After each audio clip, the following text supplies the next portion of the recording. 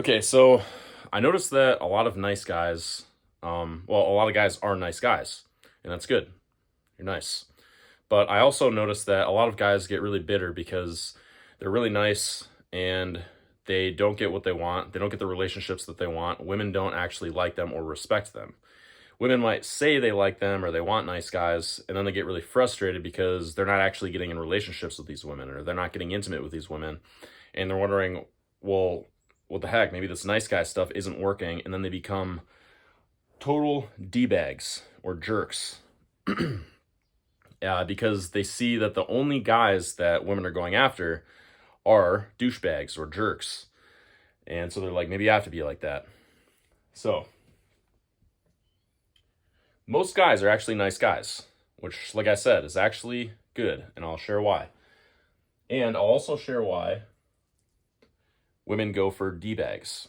So, first off, women usually go for D, and then I'll actually get to the third guy, which you should be, which is actually a mix of the two. So D-bags. What do women actually like in D-bags? Well, they have boundaries. They don't get walked all over like the nice guy. They have boundaries.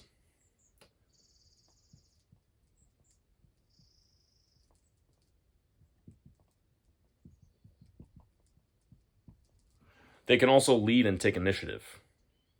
And they're just not nice all the time. They can tease, they make things interesting. Nice guys. The good thing about nice guys, now they kind of lack boundaries, like I said, and they get walked all over. They do too many things for women without actually without actually a relationship. They'll just stay in the friend zone with a woman and keep being nice to her, keep giving her attention over and over again. But the good thing about nice guys is that they are gentlemen. They will hold the door open for women. And that's actually a good thing. But like I said, the reason that women don't actually go for them is because they usually get walked all over. So most of the time, they'll go for somebody who actually has some boundaries and takes initiative because they're better off with that guy. But there's a very small percentage of guys that are better than both of these options because women complain about D-bags, right? They don't complain about nice guys. They say they want a nice guy, but they end up leaving the nice guy. They like his gentlemanness. They like the fact that he gives her attention, that he's nice. But if he gets walked all over, they're not really going to feel safe with him. So, what's the solution? To be a gentleman with boundaries. If you can be this guy, you're solid.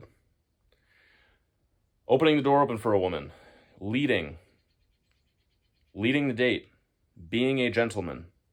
Those are all good qualities to have. But when you're at work or when you're doing something for yourself and your girl wants you to hang out with her and skip work, she's like, "Oh, wouldn't it be cool if you just skipped work?"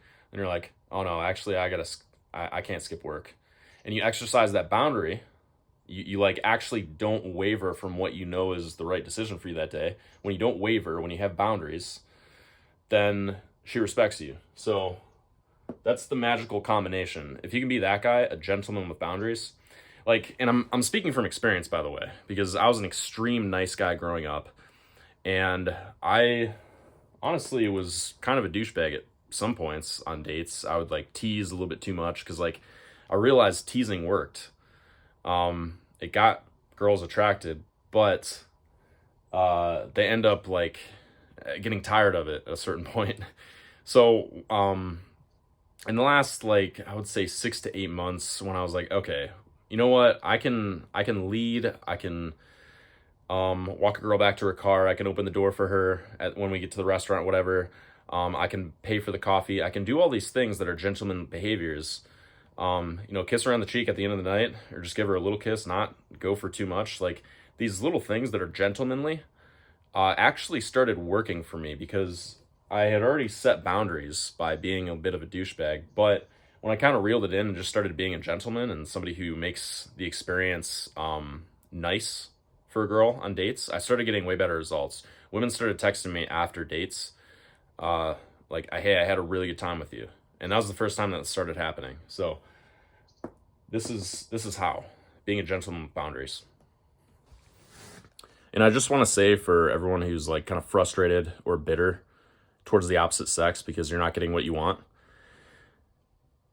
blaming somebody else for your problems in life, for your lack of relationships, for your everything, like, that doesn't get you anywhere. You're in control. You're accountable for your own results in life. Nobody owes you anything. You're accountable for your own results. And there's always something that you can do to improve your results. Also, one last thing I just thought of. Think about guys that you actually think are jerks. Like, if you're a nice guy watching this and you're like, yeah, women always go for jerks. Are they actually jerks? Or do they just not like give in to everything? Like, you just can't sway them very easily and they come off like a jerk, but really they just stand their ground and have boundaries. And think about that for yourself too. Are you standing your ground and having boundaries? Or are you giving yourself up a little bit too much, giving up too much of your time and your attention when you really don't want to in certain moments, and you get frustrated with yourself and then you just blame other people and call them douchebags? Just think about that.